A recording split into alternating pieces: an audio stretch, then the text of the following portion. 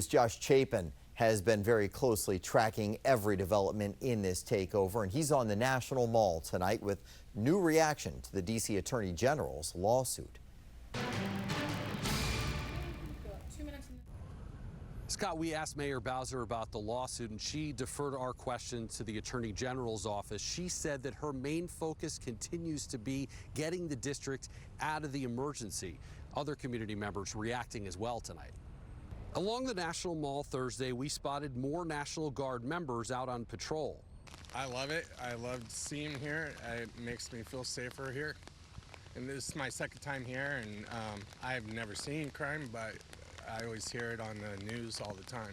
That's where we stopped and talked with Jamie Eller, his daughter, starting her third year at the Naval Academy in Annapolis. He's here in D.C. for a quick visit. I love the National Guard. I love our military. I love America. And if they're here to keep citizens safer, great. I'm all for it. More power to us. The D.C. Attorney General Thursday filing a lawsuit to block the deployment of the Guard, alleging it is violating the Constitution by using the military for local law enforcement. I applaud him and his team for filing this lawsuit. Robert White is an at-large member of the D.C. Council.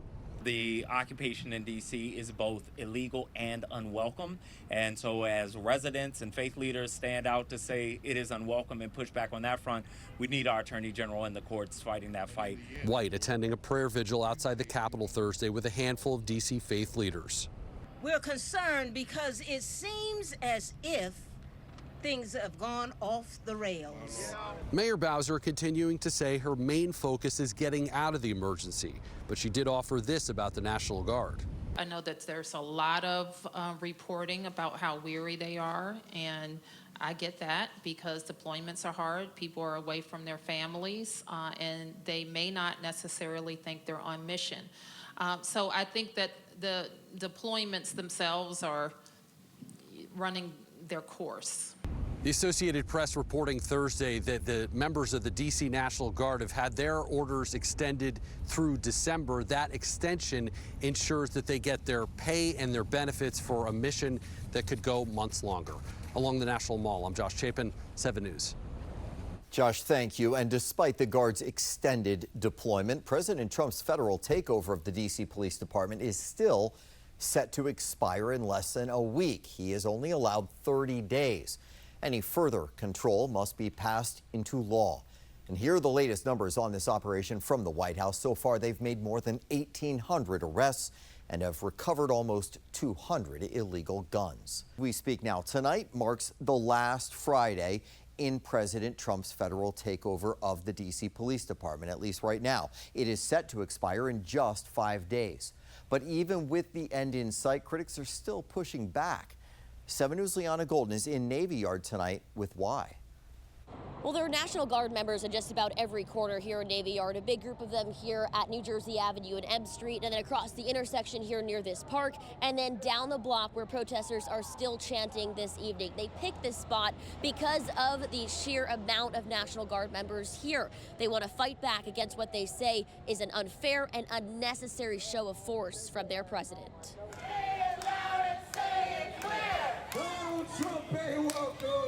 Dozens showing up and letting soldiers and federal agents hear it, telling them, quote, get out and go home.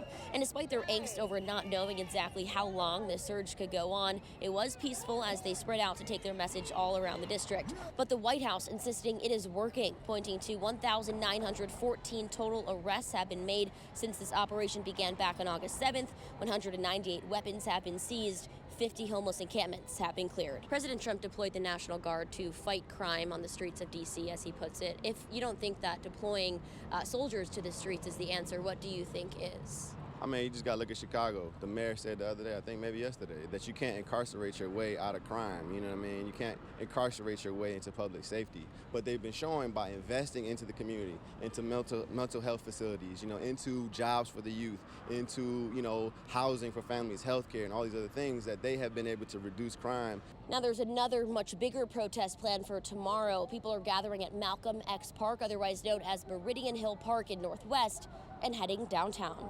In Navy Yard this evening, I'm Liana Golden, 7 News.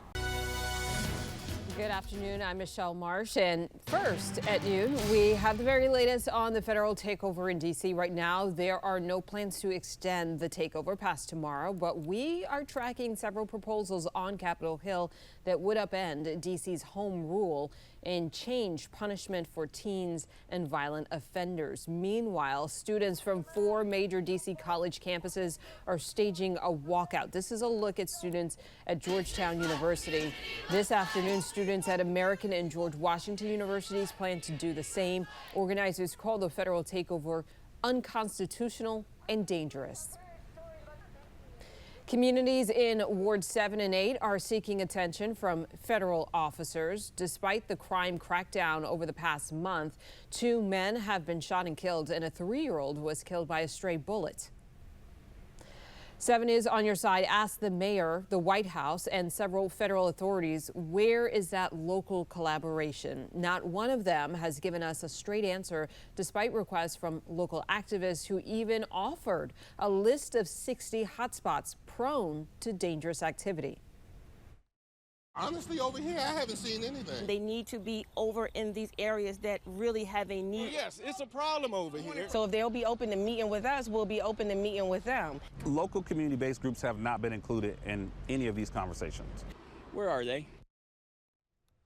Now they say the city needs a more effective plan to reduce crime even more. A decades-long peace vigil. Yeah, if you've taken pictures here at the White House, you can't miss it. This setup here, known as a peace vigil, has stood here at Lafayette Square across the street from the White House for more than 40 years, promoting anti-war messages and nuclear disarmament. Volunteers say it has never been a shelter or a homeless encampment, but rather a symbol of protest manned around the clock. Well, early Sunday morning, U.S. Park Police dismantled the vigil's tents, citing safety concerns for visitors to the White House. But volunteers claim this is a civil rights issue, arguing that it has always been protected under the First Amendment. The action comes as part of a larger federal initiative in D.C., which the president says is aimed at beautifying the city and ensuring public safety. We could hear Secret Service discussing how they would go about removing this peace vigil, which again is the longest standing peace protest in North America, if not the world. When you go to a protest, you get your fair share of abuse. And this is what's today. Tomorrow will be something else. So you're saying there's a blue tent? It's been there for 30 plus years. It was originally a peace tent, but it's kind of morphed into something. Yeah, morphed into radical left. Okay. Well, but I've heard. Is it in the Ellipse? Where is it? No, it's in Lafayette Park. It's actually Lafayette Park. Take it down. Now, the site has no beds here at Lafayette Square. No weapons were found in the tents over the weekend, and the volunteers dispute claims that it poses any hazard, describing the removal as a politically motivated move. This vigil began in 1981 under activist William Thomas. Reporting outside of the White House, John Gonzalez, 7 News. Decades-long peace vigil outside the White House was partially removed this weekend after a direct order from President Trump. Protesters were evacuated for a time this weekend and tents were removed. So what happens next? 7 News' John Gonzalez is live near the White House this morning and has the details and what the volunteers of the vigil are saying. So, John, what led to this action? Yeah, Adriana, good morning. You know, if you've taken pictures here at the White House, you can't miss it. This setup here at Lafayette Square, known as a peace vigil, has stood across from the White House for more than 40 years, promoting anti-war messages and nuclear disarmament. Well, volunteers say it was never a shelter or a homeless encampment, but rather a symbol of protest manned around the clock. Well, early Sunday morning, U.S. Park Police dismantled the vigil's tents, citing safety concerns for visitors to the White House. But volunteers claim it's a civil rights issue, arguing that it has always been protected under the First Amendment. The action comes as part of a larger federal initiative here in D.C., which the president says is aimed at beautifying the city and ensuring public safety. The peace protesters are still here this morning, even though their shelter has been removed. They are confused as to what will happen next. We could hear Secret Service discussing how they would go about removing this peace vigil, which again is the longest standing peace protest in North America, if not the world. When you go to a protest, you get your fair share of abuse. And this is what's today. Tomorrow will be something else. So you're saying there's a blue tent? It's been there for 30 plus years. It was originally a peace tent, but it's kind of morphed into something. Yeah, morphed into radical left. Okay. Well, but I've heard. Is it in the Ellipse? Where is it? No, it's in Lafayette Park. It's actually Lafayette Park. Take it down. Now, the site has no beds, no weapons were found over the weekend in the tents, and the volunteers dispute claims that it poses any hazard, describing the removal as a politically motivated move. The vigil began in 1981 under activist William Thomas. We'll keep a very close eye on the situation here at Lafayette Square. Reporting live, John Gonzalez, 7 News.